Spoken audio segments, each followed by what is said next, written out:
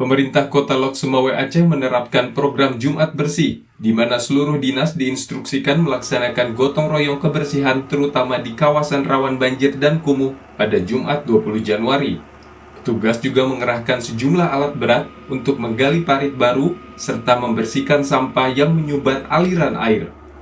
Kegiatan ini juga melibatkan warga setempat dalam menata lingkungan. Penjabat Wali Kota Lok Sumawe Imron menyatakan kebersihan ini merupakan tanggung jawab bersama sehingga keterlibatan masyarakat sangat dibutuhkan.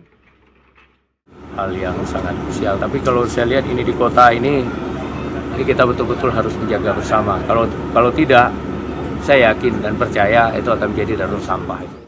Pemerintah Kota Lok Sumawe juga tengah berupaya melakukan perbaikan kota, terutama terkait pengelolaan sampah.